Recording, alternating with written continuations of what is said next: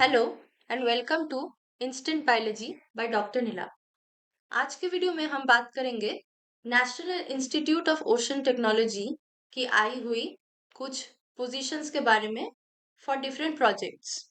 इसके लिए फ्रेशर्स भी एलिजिबल है कुछ पोजीशंस के लिए, और लाइफ साइंस बायोटेक या अगर आप लाइफ साइंस अलाइड कोई भी ब्रांच से है तो आपके लिए बहुत अच्छी अपॉर्चुनिटी है। तो वीडियो देखते रहिए। वीडियो शुरू होने के पहले सभी से निवेदन है, चैनल को सब्सक्राइब कर लीजिएगा और वीडियो को शेयर कीजिएगा ताकि हम ज़्यादा से ज़्यादा स्टूडेंट्स तक ये न्यूज़ पहुंचा सकें।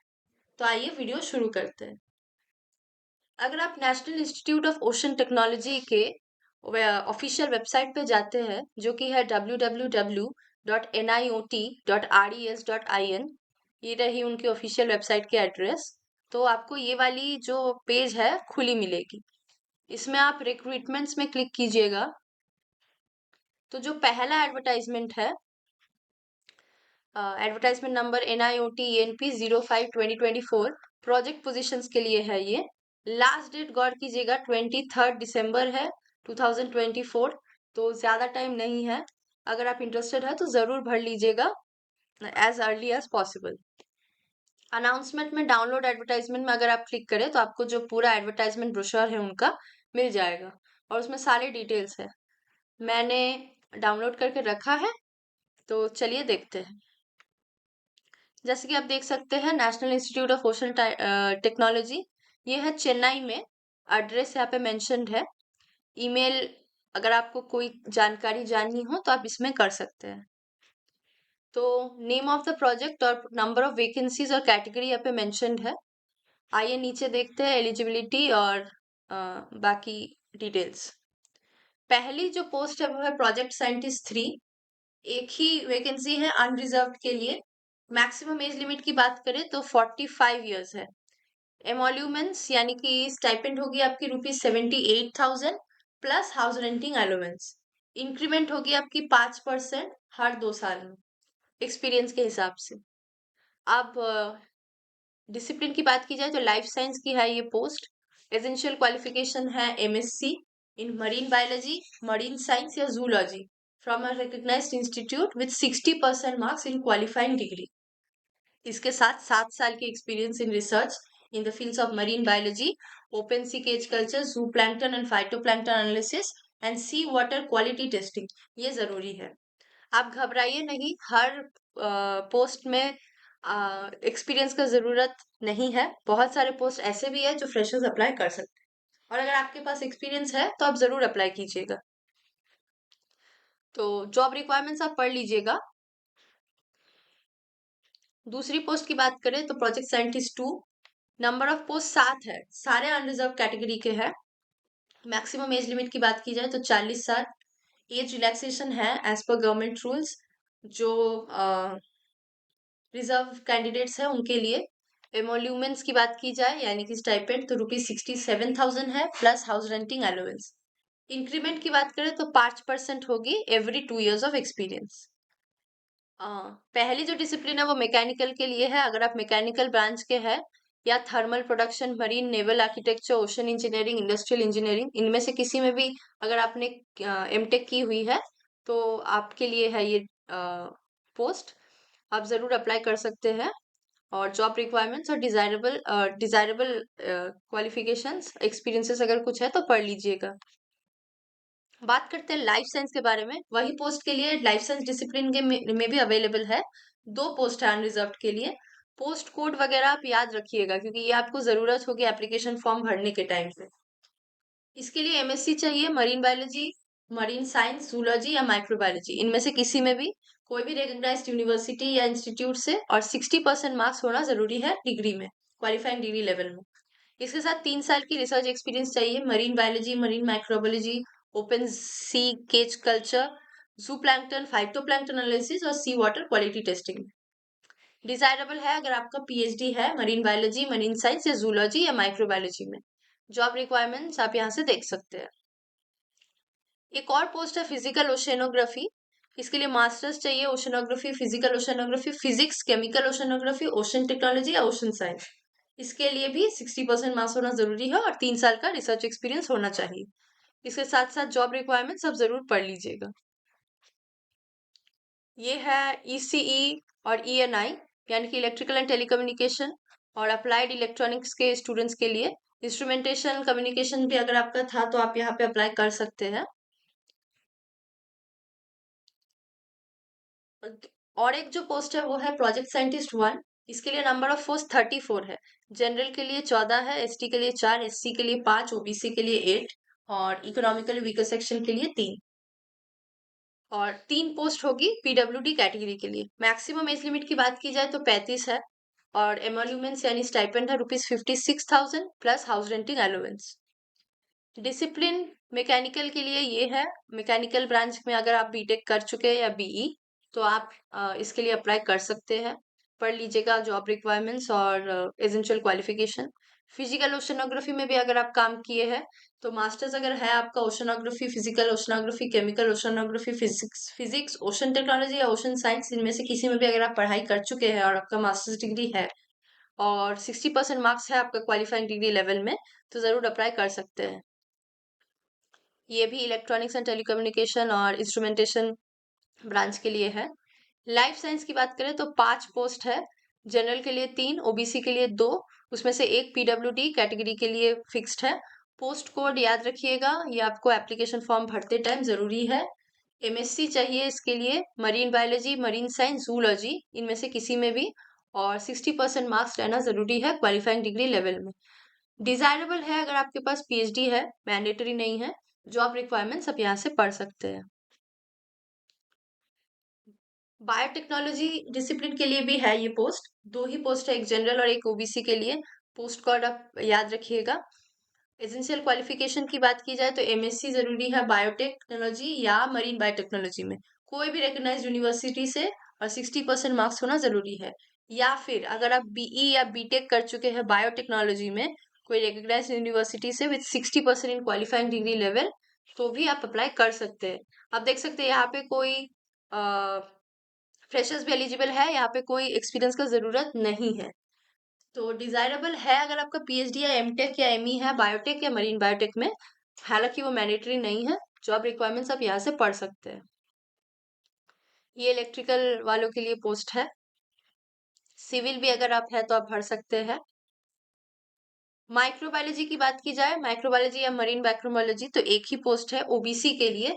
एसेंशियल क्वालिफिकेशन की बात की जाए तो एमएससी या बीटेक अगर आपका था या है माइक्रोबायोलॉजी या मरीन माइक्रोबायोलॉजी में कोई भी रिकग्नाइज्ड यूनिवर्सिटी से 60% मार्क्स अगर आपका क्वालिफाइंग डिग्री लेवल में है तो आप अप्लाई कर सकते हैं। डिजायरेबल है अगर आपका पीएचडी या एमटेक है in the field of marine microbiology कोई भी रिकग्नाइज्ड यूनिवर्सिटी से। बायो इन्फॉर्मेटिक्स में एक पोस्ट है अनरिजर्व कैटेगरी के लिए, लेकिन ये पीडब्ल्यूडी के लिए है। PWD unreserved. एमएससी या बीटेक अगर आपका है बायो इन्फॉर्मेटिक्स में कोई भी रिकग्नाइज्ड यूनिवर्सिटी से या नेशनल लेबोरेटरी से, 60% मार्क्स अगर आपका क्वालिफाइंग डिग्री लेवल में था तो आप जरूर अप्लाई कर सकते हैं। इसके साथ अगर पीएचडी या एमटेक है आपका बायो इन्फॉर्मेटिक्स में तो वो डिजायरेबल रहेगा। जॉब रिक्वायरमेंट्स पढ़ सकते हैं आप यहाँ से। केमिस्ट्री वालों के लिए भी पोस्ट है। केमिस्ट्री में अगर आप अप्लाई करना चाहते हैं तो केमिस्ट्री या मेडिसिनल केमिस्ट्री या बायो केमिस्ट्री, इनमें से किसी में भी अगर आप पढ़ाई किए हैं, आपका मास्टर्स है और 60% मार्क्स था आपका क्वालिफाइंग डिग्री लेवल में तो आप जरूर अप्लाई कर सकते हैं। बी या बीटेक अगर आपका बायोमेडिकल इंजीनियरिंग में भी था तो यानी कि बीटेक अगर आप बायोमेडिकल में कर चुके हैं तो भी आप अप्लाई कर सकते हैं। 60% मार्क्स होना जरूरी है। ये कोस्टल मैनेजमेंट और रिमोट सेंसिंग एंड जीआईएस की पोस्ट है। इसके लिए ओशन साइंस और टेक्नोलॉजी में अगर आप पढ़ाई किए हैं तो आप अप्लाई कर सकते हैं। और एक जो पोस्ट है वो है project scientist assistant. Number of post 45 है। जनरल के लिए 23, एसटी के लिए 5, एससी के लिए 5, ओबीसी के लिए 8 और ईडब्ल्यूएस के लिए 4। 3 पोस्ट रहेंगे पीडब्ल्यूडी कैटेगरी के लिए। मैक्सिमम लिमिट है एज लिमिट 50 और एमोल्यूमेंट्स की बात की जाए स्टाइपेंड ₹20,000 मिलेगा plus house renting allowance. 15% increment है हर 3 साल में with maximum ceiling of 4 such division, that is up to 12 years of experience to subject to performance review। इसमें मैकेनिकल में पोस्ट 3 पोस्ट है। अगर आप मैकेनिकल या ऑटोमोबाइल बैकग्राउंड से है तो आप जरूर अप्लाई कर सकते हैं। लाइफ साइंस के 11 पोस्ट है, जनरल के लिए 7, एसटी के लिए 1 और एससी के लिए 1। एससी वाला जो पोस्ट है वो पीडब्ल्यूडी कैटेगरी के लिए फिक्स्ड है। ओबीसी के लिए 2। पोस्ट कोड आप याद रखिएगा, यहाँ पे पोस्ट कोड मेंशन्ड है। एसेंशियल क्वालिफिकेशन की बात की जाए तो बैचलर्स डिग्री इन जूलॉजी या बॉटनी या बायोकेमिस्ट्री, इनमें से किसी में भी अगर आपका है विथ 60% मार्क्स तो आप अप्लाई कर सकते हैं। डिजायरेबल है अगर आप मरीन बायोलॉजी या marine science, marine biotech, botany, zoology या बायोकेमिस्ट्री में मास्टर्स किए हैं और 2 साल का अगर आपका एक्सपीरियंस है रिसर्च एंड डेवलपमेंट में इस फील्ड में, तो भी वो डिजायरेबल रहेगा, पर मैंडेटरी नहीं है। जो आप रिक्वायरमेंट जरूर पढ़िएगा अप्लाई करने के पहले। बायोटेक्नोलॉजी या माइक्रोबायोलॉजी में भी 7 पोस्ट है। युवा जनरल के लिए 3, एसटी के लिए 1, एससी के लिए 1 और ओबीसी के लिए 2। पोस्ट कोड याद रखिएगा। इसके लिए बैचलर्स डिग्री अगर आपका है माइक्रोबायोलॉजी या बायोटेक्नोलॉजी में कोई भी रिकॉग्नाइज्ड यूनिवर्सिटी या बोर्ड से विद 60% मार्क्स, तो आप एलिजिबल है। आप देख सकते हैं ये सारे पोस्ट के लिए कोई भी एक्सपीरियंस होना मैंडेटरी नहीं है। अगर आप फ्रेशर है तो जरूर अप्लाई कर सकते हैं। बायो इन्फॉर्मेटिक्स के 3 पोस्ट है, जनरल के लिए 2, ओबीसी के लिए 1, जो पीडब्ल्यूडी कैटेगरी के लिए है। पोस्ट कोड याद रखिएगा। बैचलर्स डिग्री अगर आपका है बायो इन्फॉर्मेटिक्स में कोई भी रिकॉग्नाइज्ड यूनिवर्सिटी या इंस्टीट्यूट से, 60% मार्क्स अगर आपका क्वालिफाइंग डिग्री लेवल में है तो आप जरूर अप्लाई कर सकते हैं। डिजायरेबल रहेगा साथ अगर आपका मास्टर्स या 2 इयर्स एक्सपीरियंस है बायो इन्फॉर्मेटिक्स में। ईसी और इलेक्ट्रिकल और इलेक्ट्रॉनिक्स और इंस्ट्रूमेंटेशन के लिए भी पोस्ट है। अगर आप उस बैकग्राउंड से हैं तो जरूर पढ़ के अप्लाई कर सकते हैं। इलेक्ट्रिकल के लिए भी है, फिजिक्स और केमिस्ट्री के लिए भी है, कंप्यूटर साइंस का भी पोस्ट है, सिविल इंजीनियरिंग के भी है। अब बात करते हैं प्रोजेक्ट टेक्नीशियन का। इसके 19 पोस्ट है, जनरल के लिए 9, एसटी के लिए 2, एससी के लिए 1, ओबीसी के लिए 6 और इकोनॉमिकली वीकर सेक्शन के लिए 1। स्टाइपेंड है रुपीज 20,000 स्टाइपेंड है और उसके साथ हाउस रेंटिंग अलाउंस आपको मिलेगी। मैक्सिमम एज लिमिट 50 है। फिटर की जो पोस्ट है, अगर आप 10th स्टैंडर्ड किए हैं with 2 years ITI tradesman course in fitter, तो आप अप्लाई कर सकते हैं। इलेक्ट्रिकल बैकग्राउंड से अगर आप है और 10th standard with 2 years ITI tradesman course in electrician किए हैं तो आप अप्लाई कर सकते हैं। इलेक्ट्रॉनिक्स, एयर कंडीशनिंग, ये सारे पोस्ट अवेलेबल है। बहुत सारे पोस्ट है तो जरूर एक एक पढ़ के ही अप्लाई कीजिएगा कि किसमें आपको अप्लाई करना है। और एक पोस्ट है प्रोजेक्ट फील्ड असिस्टेंट का। नंबर ऑफ पोस्ट 10 है। जनरल के लिए 6, एससी के लिए 1, ओबीसी के लिए 2, इकोनॉमिकली वीकर सेक्शन के लिए 1। स्टाइपेंड की बात की जाए तो रुपीज 20,000 है, साथ में हाउस रेंटिंग अलाउंस आपको मिलेगी। मैक्सिमम एज लिमिट 50 है। एसेंशियल क्वालिफिकेशन की बात की जाए तो +2 पास होना चाहिए विथ साइंस, यानी कि physics, chemistry, botany and zoology. Botany and zoology रहना जरूरी है। फिजिक्स या केमिस्ट्री में से कुछ भी अगर आपका था तो आप कर सकते हैं, यानी कि साइंस पीसीएमबी या पीसीबी इनमें से किसी में भी अगर आपका था तो आप अप्लाई कर सकते हैं, कोई भी रिकग्नाइज स्टेट बोर्ड से या फिर सीबीएसई से। +2 आपका होना चाहिए। और एक पोस्ट है प्रोजेक्ट जूनियर असिस्टेंट का। इसके नंबर ऑफ पोस्ट 12 है। जनरल के लिए 5, एसटी के लिए 2, एससी के लिए 3, ओबीसी के लिए 1, ईडब्ल्यूएस के लिए 1। स्टाइपेंड की बात की जाए तो rupees 20,000 plus house renting allowance. Maximum age limit 50 है। एसेंशियल क्वालिफिकेशन है any degree from a recognised university, यानी कि अगर आप कहीं से भी डिग्री किए हैं कोई भी रिकग्नाइज्ड यूनिवर्सिटी से तो आप अप्लाई कर सकते हैं। डिजायरेबल है अगर आपका 2 साल का वर्क एक्सपीरियंस है और नॉलेज है कंप्यूटर स्टेनोग्राफी और टाइपिंग पे, पर जरूरी नहीं है। अच्छा होगा अगर आपका है तो। और एक पोस्ट है रिसर्च एसोसिएट, यानी कि आरए का। नंबर ऑफ पोस्ट की बात की जाए तो 4 जनरल के लिए है, एससी के लिए 1 और ओबीसी के लिए 1। स्टाइपेंड है rupees 58,000 plus house renting allowance और मैक्सिमम एज लिमिट 35 है। डिसिप्लिन आप देख सकते हैं, ओशनोग्राफी या फिजिकल ओशनोग्राफी बैकग्राउंड के अगर आप है और अगर आपका डॉक्टरल है या एमटेक है तो आप जरूर अप्लाई कीजिएगा। ये है लाइफ साइंस के 5 पोस्ट आरए के अंडर में। तो इसमें से जनरल 3 के लिए है, एससी के लिए 1 है, ओबीसी के लिए 1 है। पोस्ट कोड याद रखिएगा। अगर आपका डॉक्टरल डिग्री है माइक्रोबायोलॉजी, बायोटेक्नोलॉजी या बायो इन्फॉर्मेटिक्स में तो आप अप्लाई कर सकते हैं, या फिर अगर आपका एमटेक है बायोटेक या बायो इन्फॉर्मेटिक्स में कोई भी रिकॉग्नाइज यूनिवर्सिटी या नेशनल लेबोरेटरी से, साथ आपका अगर 3 साल का आर&डी एक्सपीरियंस है, research, teaching, design and development after acquiring MTech and having at least 1 publication in SCI journal, तो आप अप्लाई कर सकते हैं। नेम ऑफ द पोस्ट की बात की जाए तो एक और जो पोस्ट है वो है एसआरएफ की, सीनियर रिसर्च फेलो की। नंबर ऑफ पोस्ट 13 है। जनरल के लिए 6, एसटी के लिए 1, एससी के लिए 2, ओबीसी के लिए 3 और ईडब्ल्यूएस के लिए 1। एमोल्यूमेंट्स की बात की जाए तो ₹42,000 है प्लस HRA यानी कि house renting allowance. Maximum age limit 32 है। ओशनोग्राफी और फिजिकल ओशनोग्राफी में अगर आप पढ़े हैं तो आप जरूर अप्लाई कर सकते हैं। लाइफ साइंस की पोस्ट है 9।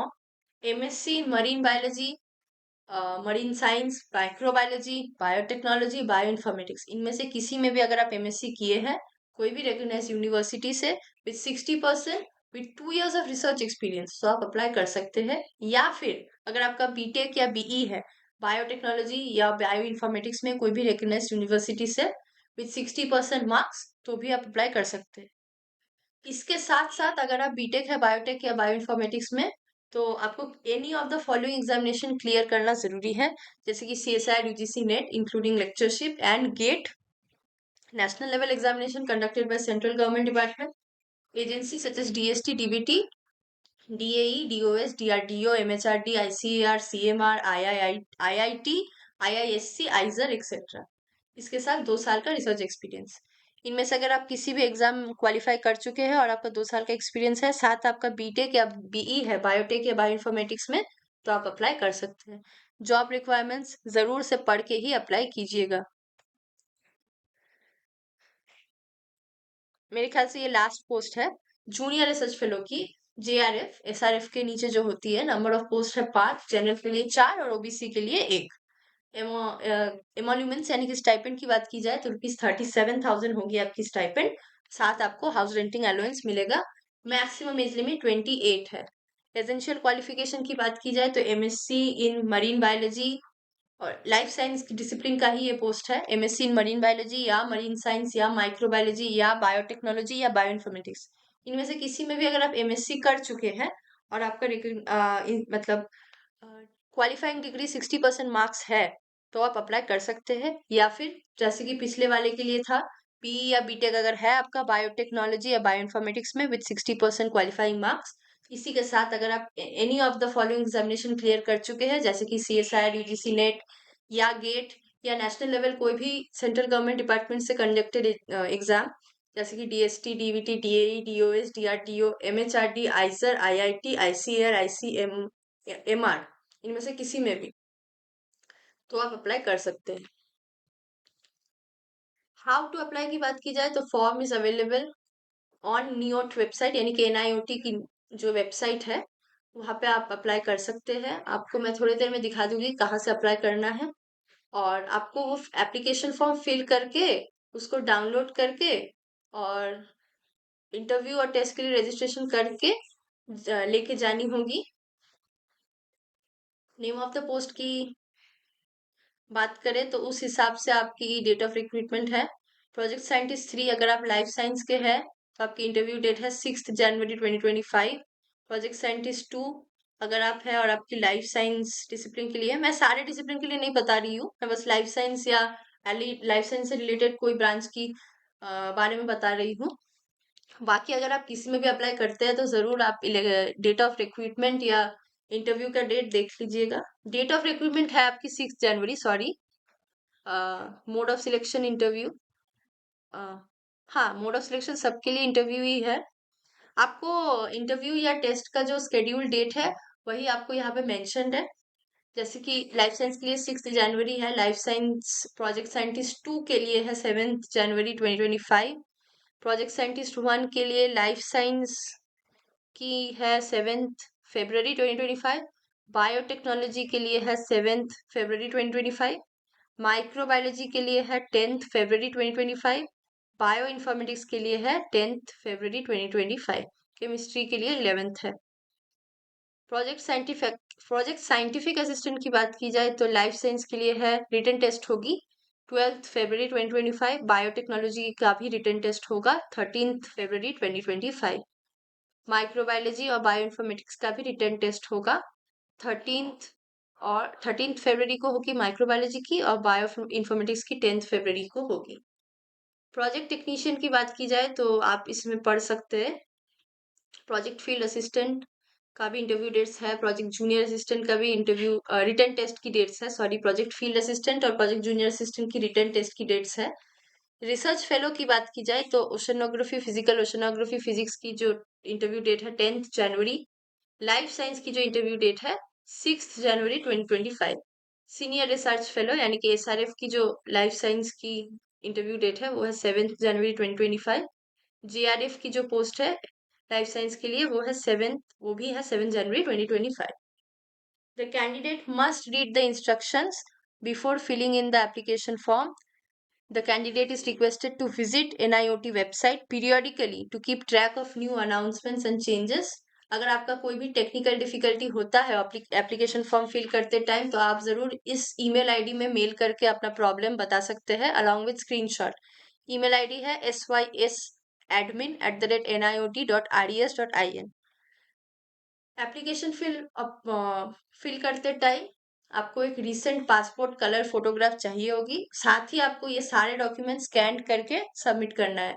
Educational qualification certificates from 10th standard onwards, mark list and degree certificate, experience certificate अगर आपका है तो issued by the employer, certificate in prescribed format जो भी सेंट्रल गवर्नमेंट एम्प्लॉयज है उनके लिए रिलैक्सेशन के लिए है, सर्टिफिकेट इन प्रिस्क्राइब फॉर्मेट अगर आप रिजर्वेशन कैंडिडेट है तो, सर्टिफिकेट इन प्रिस्क्राइब फॉर्मेट अगर आप एक्स सर्विसमैन या पीडब्ल्यूडी कैटेगरी के है तो।